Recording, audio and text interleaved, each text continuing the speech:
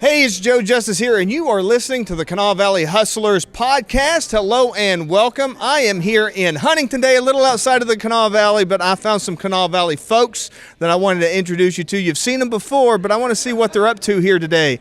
I've got Brett White and I've got Travis Kahle. First and foremost, to remind anybody who might not know, Brett, what's your hustle? What is my hustle?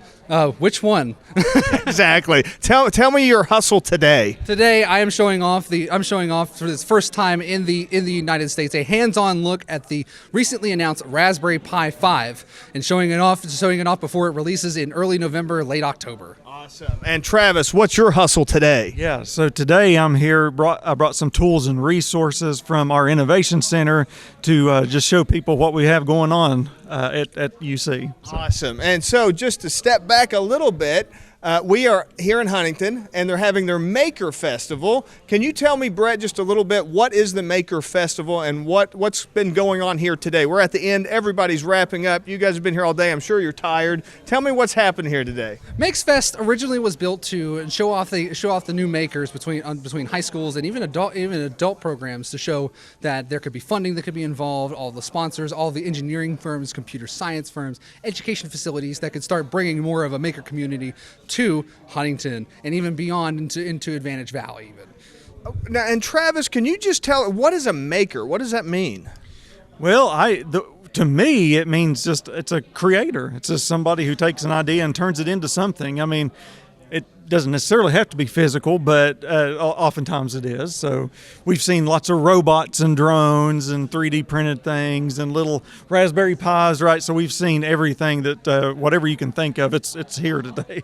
And I noticed there's a lot of kids running around here. It looks like maybe some schools brought some kids. I saw some buses out front. Tell me a little bit, Brett, what's been going on with the kids? What have they been learning about? What have you been educating them on? What they normally do is they bring in the students to show off that, hey, high schoolers are doing these projects and doing it for funding, especially for the groups that are around here.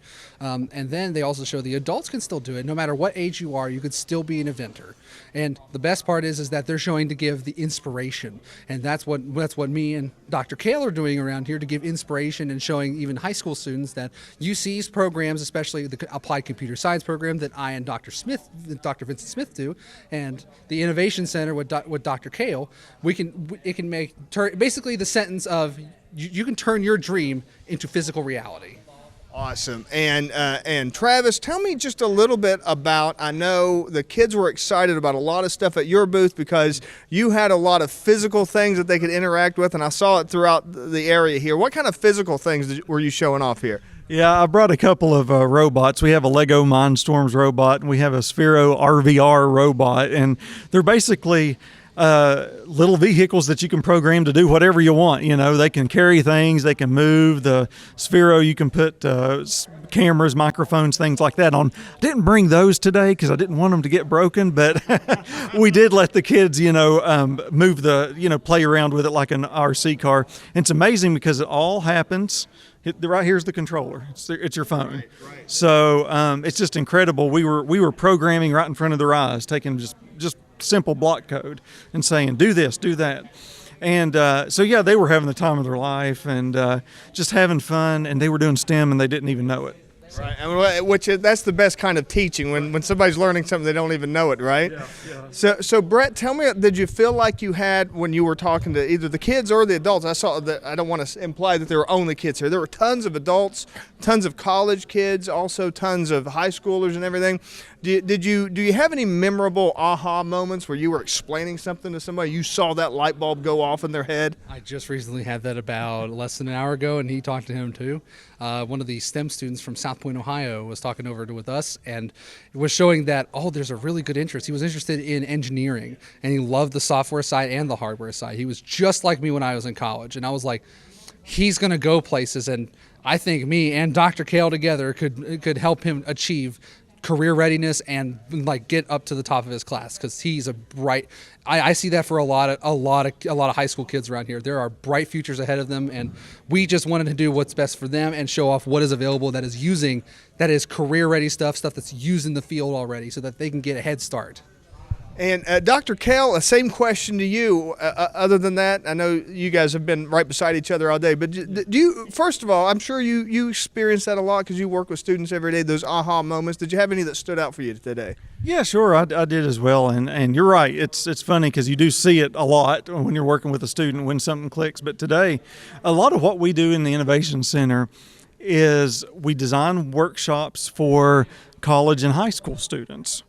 Well, I saw today, because there were kids everywhere from, third grade and up here today. I think there were a few younger than that were just eating this stuff up. And so my aha moment was, let's start a little younger and bring this STEM to them as soon as we can. Yeah, absolutely. And I know one of the coolest things, and I know you mentioned it just a minute ago, but you have like Lego sets, and they can start as early as there. And now you can use, Brett, tell me a little bit about like those simple like Lego set. I know they have some that they've developed, and there's some third-party ones and stuff. Tell me a little bit about that really young kind of that creating without even realizing they're creating kind of stuff. Well, Lego sets are definitely the best way to start, especially their Mindstorm sets. Super simple to work with, and even the robotics sets from Sphere. Very good place to start. There is even a really good one to get started with electrical engineering called Little Bits, and very good. It's not, you don't have to wire anything up. It's just magnetically stick together to make quick electronics. Learns the concept of how does a light sensor interact with a relay and how to make everything work. Like if this happens, then this happens.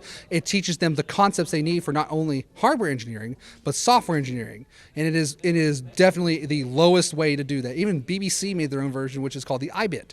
Very, very useful, just clips on things, so no header wires, so it's just using alligator clips, big, easy to work with. It's like those old school, like beginning of electrical things you see in like high school classes. Yeah, I remember when I was a kid, those are really big, and Radio Shack sold those. I don't know if anybody remembers Radio Shack, but back when we were kids, you'd go to the Radio Shack and you'd get those electronic kits. So they have like modern versions of that, Dr. Kahle? Yeah, and what Brett's talking about, the Little Bits is what we have. They are literally, you might have an LED light, right, and that magnetically attaches to a power source, and there's a switch in between. You have to remember to put the switch in between so you can turn it on and off, and it's just like, boom, there you go. That's how a light switch works. And so yeah, you've got to start with those. I even saw kind of take a different angle. Some other people had drones here today. I mean, we did too, but we didn't take ours out of the box. But Marshall had some, and I loved what they had. They had drones with guards around the propellers, which that's very common with drones, right? You have the guards around the propellers, but these.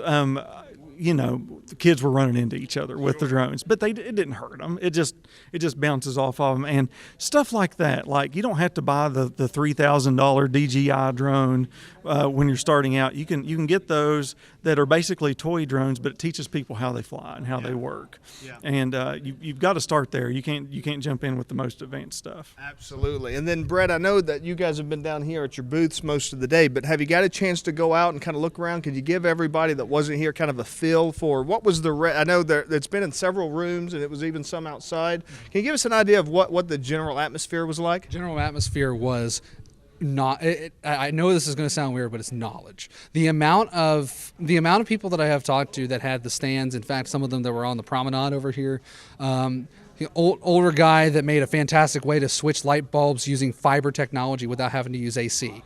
It is a fantastic thing. I met him last year at Makes Fest, and I'm glad that he came back. And his grandson even made a completely battery-powered motorcycle, and he brought that in today. That was one of the coolest things. I was like, generations could pass on these kind of knowledge to each other, and then also pass on knowledge to any goers that are interested.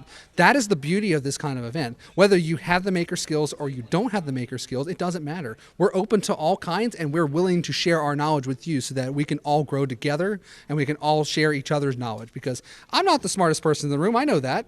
And I think, learning from Dr. Kahle makes me a better person, and I learn more and I could do more with that knowledge. And I think that could be helpful to not only the students around here, but also some of the adults showing off for today's event. Same question to you, Dr. Kahle. How did you feel about the general atmosphere and all the other activities? Yeah, well, it was busy down here, so I didn't get to see as much upstairs as I wanted to, but it was just, I hate to steal your answer, but that's right. I mean, just knowledge and enthusiasm. Like, people were enthusiastic about ideas. And it was so cool because, again, you get to see everybody from third graders up to seniors in high school and college students as well. And I saw college students helping the elementary school kids, showing them how things worked. People were just exchanging ideas. So, there's no telling how many millions of dollars were created here today just with ideas being exchanged. Awesome. So then just to wrap up, guys, Brett, tell us, what are you working on next? Where can people find you? What are you doing next? What's your next hustle? What's my next hustle? I'm so glad you mentioned that, because right after I get out of here, I'm actually going to be on the radio. Oh, nice. I'm going to be performing on WASP in Huntington on House Arrest. So it's a show called House Arrest. We do EDM. So wait a minute. Are you under house arrest, or is the show called House Arrest? The show is called House Arrest. It is EDM focused. It'll be tonight at 8 p.m. And then when I get back from that, I'll be working on the Raspberry Jam 2024. And then the party's going to be so big, you'll be on house arrest by the time it's over, right? Well, I'm already physically, I'm not on house arrest. I'm just stuck in the house. That's it. That's different. That's different. Dr. It's Kahle? not law-abiding. It's fine. And Dr. Kahle, what about you? What's your next hustle? What are you off to next? Well, so two things. Immediately what we're off to next is we're taking our innovation scholars up to the Green Bank Telescope. So that's happening next week. And that's going to be kind of cool because not all of our scholars have been up there. In fact, not all of them are from West Virginia. And to really be able to see such advanced technology in our own backyard is just incredible. So that's what we're doing next week. But after that, we're really pushing these innovation labs that I've talked about, where we go into schools, high schools, and even younger.